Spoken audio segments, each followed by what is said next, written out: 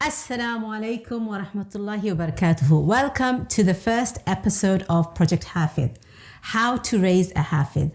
I am your host, Ruzi Khatoon, also known as Talha.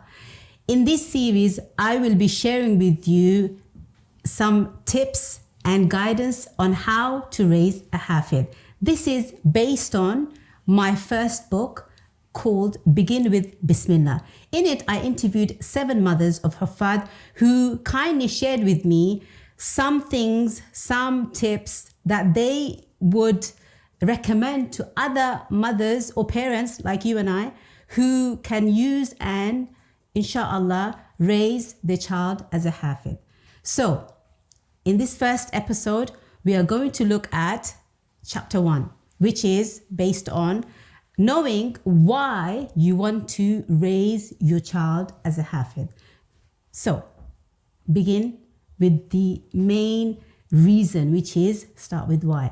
Why do you want to raise your child as a Hafidh? What is your intention? What is your motivation? What is it that you want out of your child to become a Hafidh? And here, I want to share with you a golden circle. What is this golden circle? This concept is introduced by this famous TED speaker and inspirational speaker known as Simon Sinek, who mentions how if you know your why, then great businesses can be successful, organization can have a huge impact, and it all starts with why. Now, this concept is not foreign to us.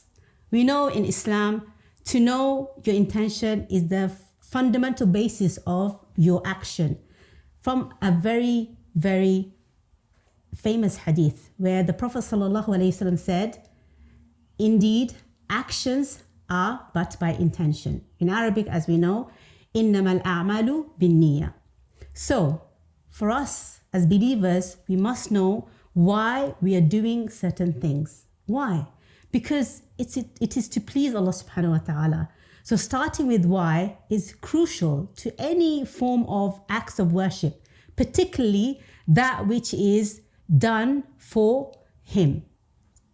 So therefore, I would ask you to think about your personal why. And this is crucial. Why? Because when you get stuck, and believe you me, you will find moments where it is very challenging, it is very difficult, and sometimes it might be very, very hard for you to carry on. So it is that time that you need to revisit your why. So it's important for you and your child and your family to know why is it that you want to embark on this journey of raising your child as a Hafidh in order to become successful in this whole process, inshallah. So I asked many mothers and they shared with me why they wanted their child to become a Hafidh. So I have a mother who said she wanted her child to become a Hafidh so that she can create a close connection with her child and the book of Allah subhanahu wa ta'ala. That's a fair enough reason. I asked another mother, why did she want her child to become a Hafidh? She said to protect him, to go in on the streets. And she feared for her son to be mixing with the wrong crowd. And she felt that the Qur'an would become a protector for her child. It would become the safeguarding element in her child's life. And that's why she wanted her child to become a Hafidh. So it was very interesting to know people's reasons and their like motive behind raising the children as a Hafidh. As for myself, why did I want my son Talha to become a Hafidh? Well, you see, it may seem like a selfish reason, but I was inspired by this hadith where the Prophet ﷺ said that the parents of a Hafidh on that day of judgment will be wearing a crown. And I felt really inspired by that because as human beings, we are inspired, motivated by reward. And that is huge when it comes down to pushing us forward. So I really wanted to raise my son as a Hafidh because I wanted that crown. And I wanted to be giving my son the best start in life because anything that Qur'an touches, it becomes blessed. And I wanted to gift him the book of Allah subhanahu wa ta'ala. Of course, this reason alone was not enough. I need to think of other reasons. And this is the thing, the more you think about why you want your child to become a Hafidh, and you can have multiple reasons, you can have so many reasons, and you could even write them down. That will inspire you, and it will push you, and it will motivate you, because we need all the motivation that we need. Why? Because it will get tough. Raising a Hafidh requires blood, sweat, and tears. And you will find there are moments where you want to give up. So when you know your why, when your why is very clear, it will help you to carry on. And it will make it easy for you to become persistent and consistent throughout the whole journey.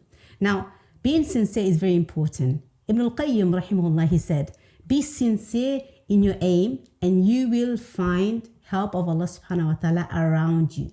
So, we have to think about our personal why. And that why has to be sincerely for Allah subhanahu wa ta'ala.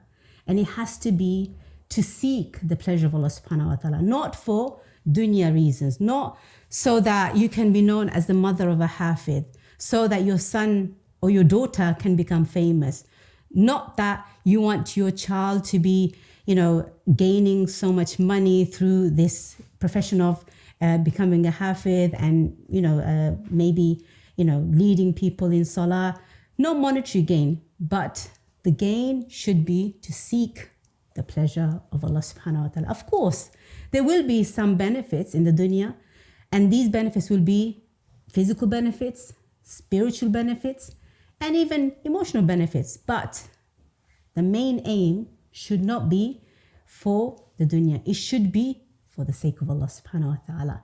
And that is something that you have to keep on going back to, because intention keeps changing. And as we know, one of the scholars said that what he found very difficult to control or to keep an eye on is niyyah. Why? Because it keeps changing. So we have to make sure our personal why is sincerely for Allah subhanahu wa ta'ala, so that inshallah the journey can be one that we have the help, assistance and guidance from Allah subhanahu wa ta'ala. You see, it's very important that the why is sincere. Why? Because if it's not sincere, then Allah subhanahu wa ta'ala will reject it, because anything done for other than Allah subhanahu wa ta'ala is not accepted, it's rejected. So we have to make sure that our personal why is for Him subhanahu wa ta'ala. Let me remind you, on the day of judgment, 3 people will be held to account. And these 3 people are whom? We have a martyr, we have a qari or the knowledgeable one, and the person who gave charity. These people, they did things or acts that seems very good and righteous. But why are they held to account first? Because Allah subhanahu wa ta'ala will ask them, why did you do it? For whom's sake did you do it? And Allah subhanahu wa ta'ala will reject it because it wasn't done for Him. Now think about it.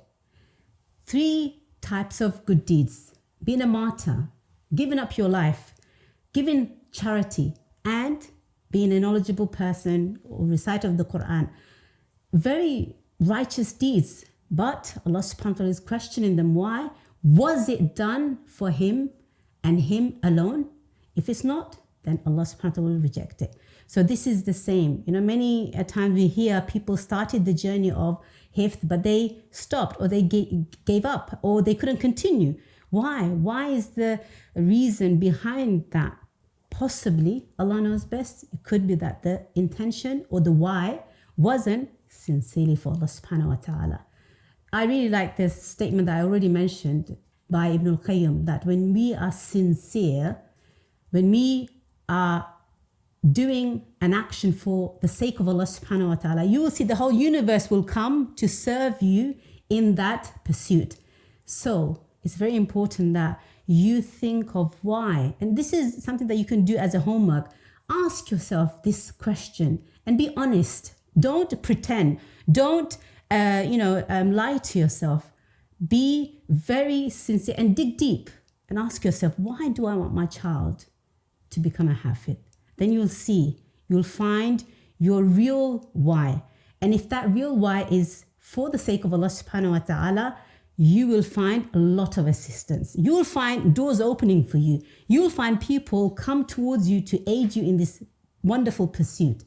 And I have to say, this is something that you have to keep on asking yourself every milestone you go through with your child, and also have conversation with your child and ask your child, my son, my daughter, it doesn't matter what age they are, in the age appropriate way, ask them, why do you want to memorize the book of Allah subhanahu wa ta'ala? And you'll be surprised.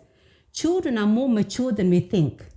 And have these conversations. And thinking back in my own journey, I used to often speak to Talha why he's doing Hifdh, and I used to always speak to him about how it's important for us as believers to do things, especially things like Qur'an, ibadat, for Allah subhanahu wa ta'ala, not to impress people. Especially when children get praise and recognition, sometimes they can forget that. So you as a parent, you have to remind yourself, and you have to remind the children that this is not for the praise of the people. This is for the pleasure of Allah subhanahu wa ta'ala. This is for Him alone. And this is something that you have to keep on going back and back again, because intention changes. And we have to be mindful that when our intention changes or diverts, we bring it back to the ikhlas point. And that is to do it for the sake of Allah subhanahu wa ta'ala. So inshallah, as a homework, I would like you to go away and think deeply. And this is something you don't need to share with anyone. You know your why, and write it down. Why? Because when you find it's getting difficult, you can revisit your why and remind yourself, because as people, we forget. And it's good to give ourselves a reminder, inshallah. So with this, inshallah, we shall end this first episode. I shall see you next week, same time on Iman channel, Project Hafidh. Assalamu alaikum wa rahmatullahi wa barakatuhu.